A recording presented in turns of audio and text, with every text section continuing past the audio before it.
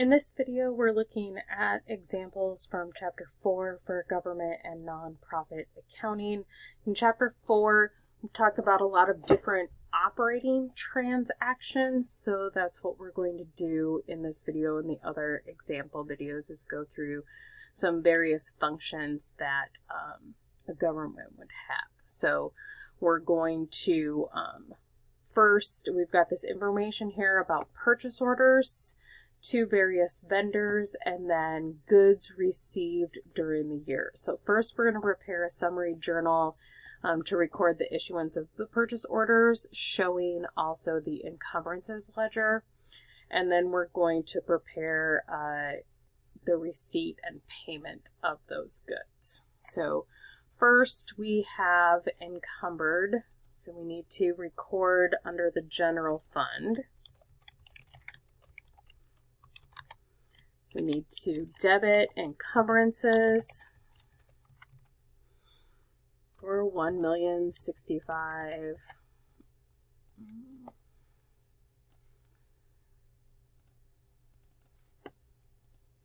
And we need to credit encumbrances outstanding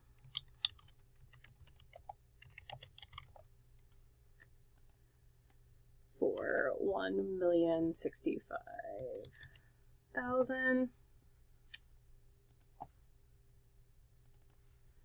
And then in the encumbrances ledger,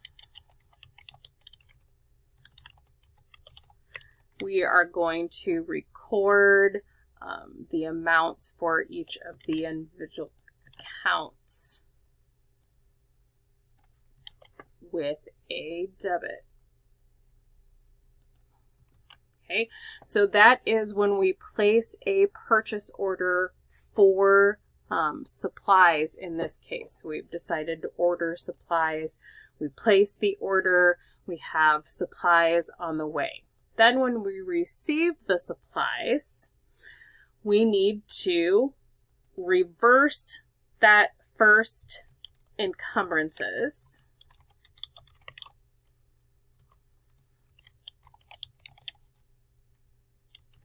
by debiting encumbrances outstanding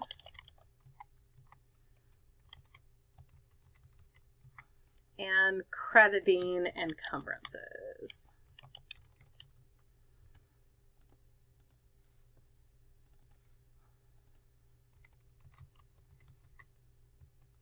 Okay. We are then going to credit all of these general accounts and our encumbrances ledger. I'm just going to copy that to make it go faster.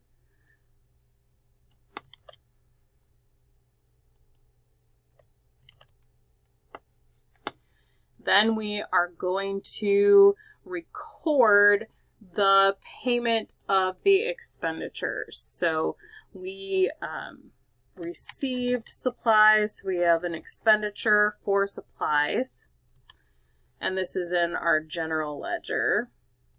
I'm just going to throw in a row there.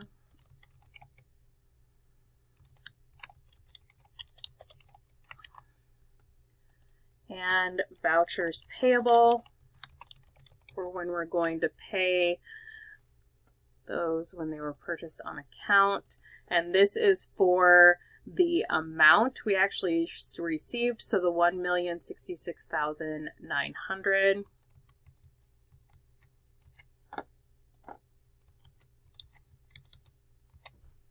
Okay. Then we are going to record in the expenditures ledger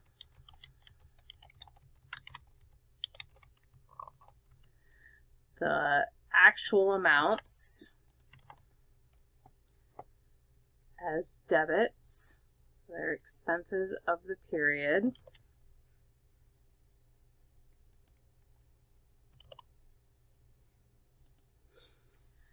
Then when we pay,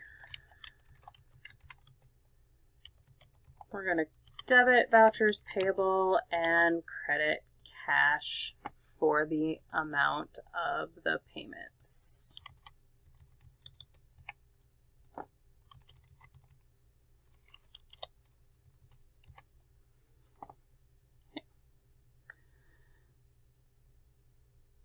So that is to both record the issuance of purchase orders and then the later receipt and payment of supplies. In this next example, we're going to look at property taxes. So we have a county government here that has recorded gross property tax levies of $4.2 million. They estimate 2% will be uncollectible. And so we're going to prepare the journal entries to record the tax levy, and then we're going to have various transactions during the year for, so first we're going to have our general fund.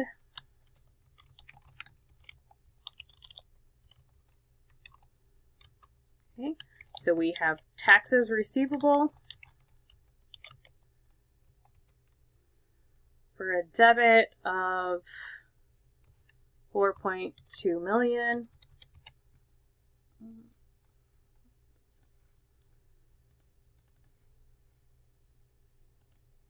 And then we have allowance for uncollectible.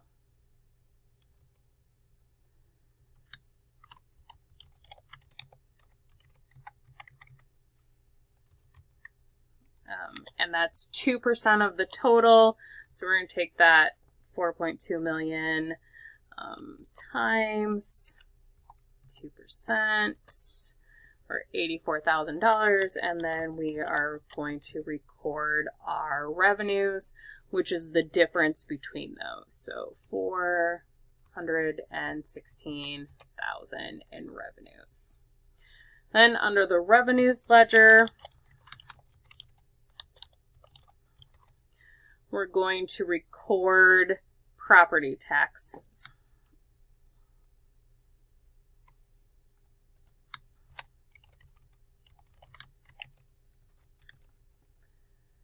As revenue. Okay, so that's part one. We prepared journal entries to record the tax levy on July 1st. Next, we have the collection of current taxes. So it says, as of April 30th, 2021, the due date for all property taxes, the county had collected $3.9 million in taxes. So first we're going to do that number 2, the journal entry to record the collection of current taxes, and then we'll look at the delinquent taxes. So we have in our general fund, we received cash, and then we have taxes receivable. And we received $3,900,000 in tax.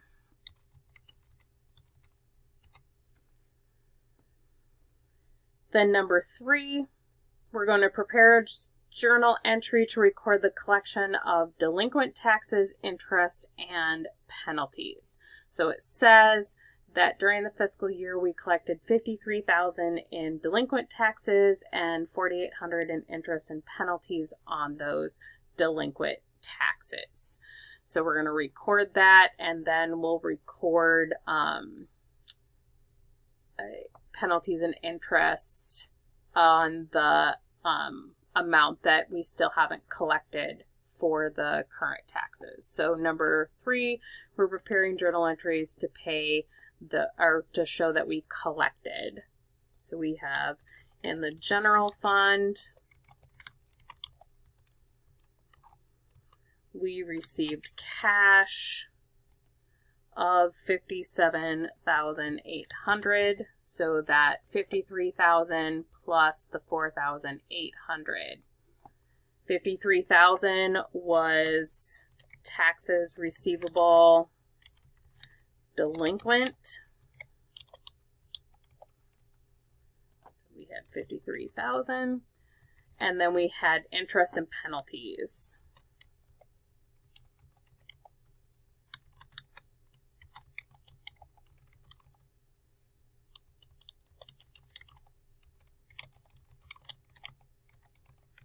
in the amount of $4,800.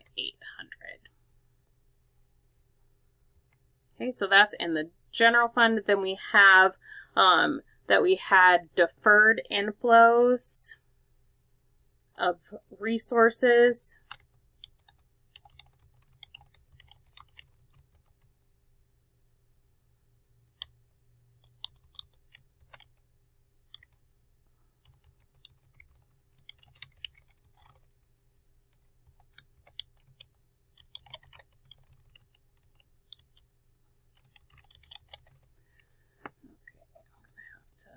Make that a little bit bigger.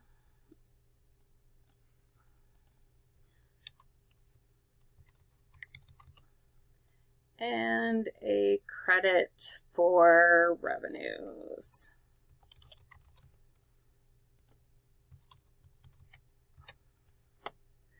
And then we're going to record in the revenues ledger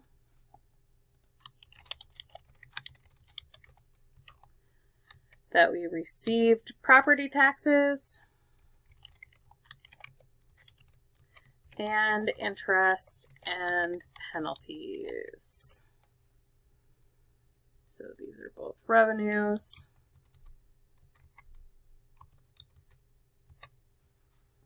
Okay, so that is for number 3. And now we're going to record, we're going to reclassify our uncollected amounts as delinquent, and then add that we're going to accrue interest and penalties on that delinquent amount. So we had originally estimated that $84,000 was uncollectible, but we had $300,000 uncollectible. So we're going to reclassify that. So in the general fund, we're going to record taxes receivable delinquent, $300,000, and then we're going to reverse that allowance for uncollectible taxes.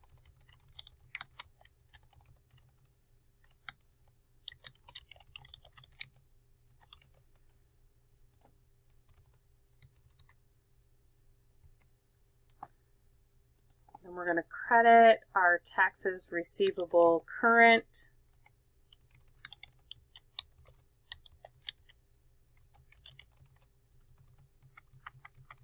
That we recorded into that original $4.2 million. And we're going to have our allowance for uncollectible delinquent taxes of $84,000. Credit that. So then we have the difference here for our revenues account. So we need to remove those revenues that we had generally collected, since we only received 3,900 of them. So we are going to debit revenues for that 216,000 and credit deferred inflows. This is what happens when I don't look at my keyboard when I type.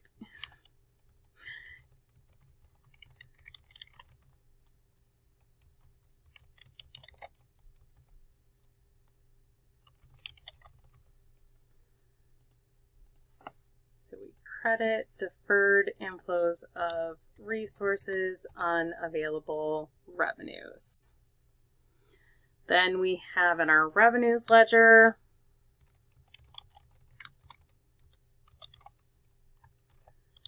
we are going to debit property taxes revenue for that 216,000 to reduce the revenue. Now the last thing that we need to do is record the interest and penalties on this $216,000. So our general fund, we have interest and penalties receivable.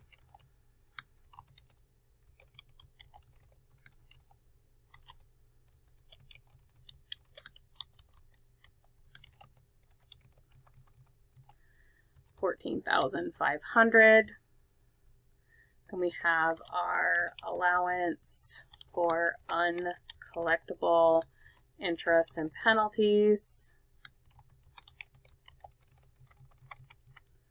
of $1,700, and deferred inflows of resources, unavailable revenues, $12,800.